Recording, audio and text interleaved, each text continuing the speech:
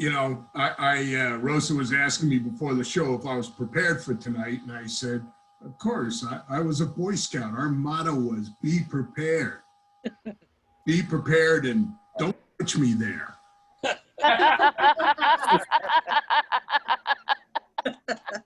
before the virus started, I was learning to play golf, and the instructor told me it's just a matter of muscle memory. The problem at my age with muscle memory is, one, you need muscles, and two, you need a memory. Muscle memory, my muscles suffer from dementia, so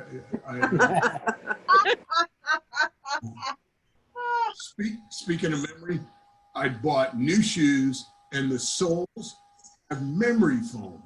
They're not very comfortable, but at least I know why I walked into the room.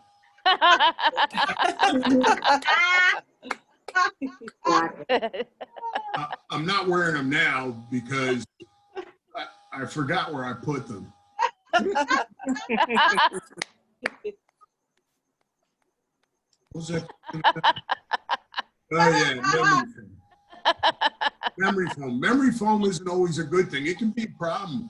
A friend of mine laid down on his memory foam mattress, and he's feeling around. He's like, "Hey, Marge, this isn't my ass. Who's been sleeping in my bed?"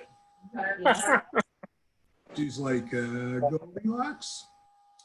I have weird things that keep me up at night. For example, I was thinking the other night, if a death row inmate orders Chinese food as his last meal, would it be cruel to include a fortune cookie?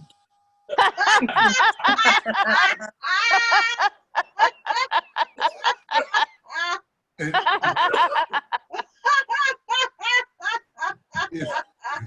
if I worked there, I'd mess with the guy. I'd give him a cookie with no fortune in it.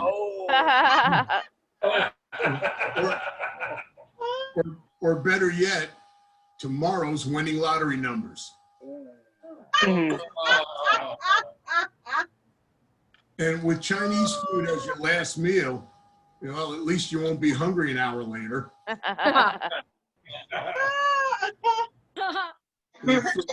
For those of you who aren't from California, let me tell you, we are a different place.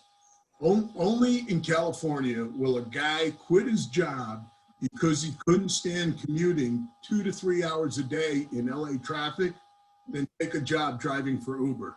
I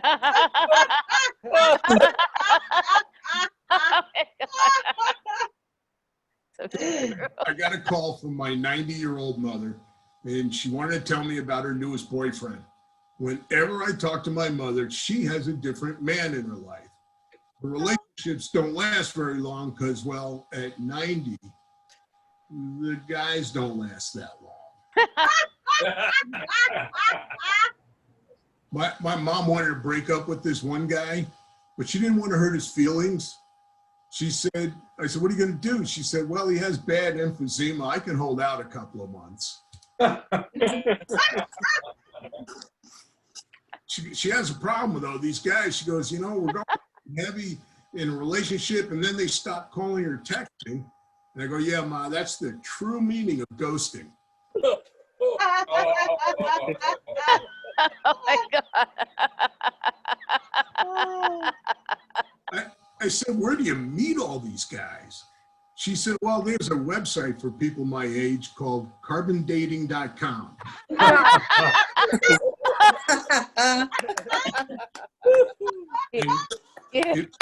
If you didn't get that joke, let me just tell you this. My son gets that joke, and he's an idiot.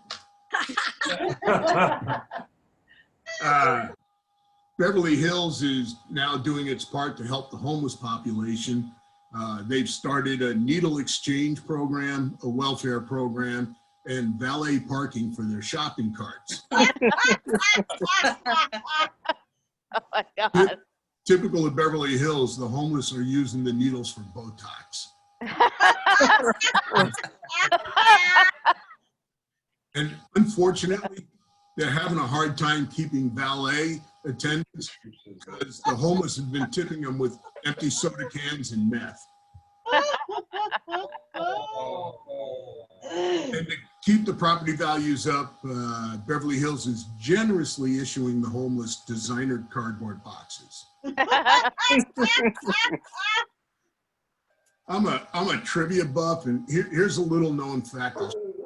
Arnold Schwarzenegger is a classically trained pianist. He was a boy, his class was having a piano recital, and the teacher said the kids should all dress up as their favorite composer. You know, and one kid's like, I want to be Mozart. And a girl was like, I'll be Chopin. And Arnold goes, I'll be Bach. Oh, God. And so it began. I know some of you are in the back there groaning at that, but on the way home, you'll be tweeting it. Lori Laughlin is finally going to jail for the college admission scandal. These admission scandals have been going on a long time. You know, 10 years ago, when I was trying to get my daughter in a particular school, the director of her admissions winked at me and he's going, one family recently donated an entire wing. I go, hell, I'll donate an entire chicken. It was a good trade school. As a parent, no matter how old your kids are, you worry about them. Doesn't matter. Even when my kids grew up and moved out of the house, I worried they may do something stupid like want to move back in. And I like babysitting my grandkids, but the 2-year-old can be a challenge. But I learned a little survival trick that'll help some of you. I pour a small glass of scotch, just half a glass, and she's out for the night.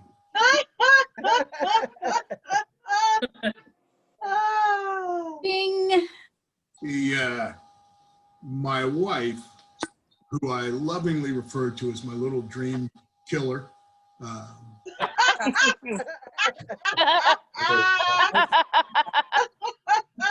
she wanted me to see a therapist. She goes, you need to see when you're always acting angry. I'm not acting. Now you got to know, my therapist is like the airlines. She charges me for my extra baggage. And the therapist, halfway through one session, she's like really frustrated. And she's like, all right, let's try something different. If you could do it over again, would you marry your wife? I said, no. She said, well, what if that meant you wouldn't have the same kids? And I was like, oh, this game just keeps getting better and better. Thank you all for coming out. Thank you for the great laughter. I'm Joel Brill.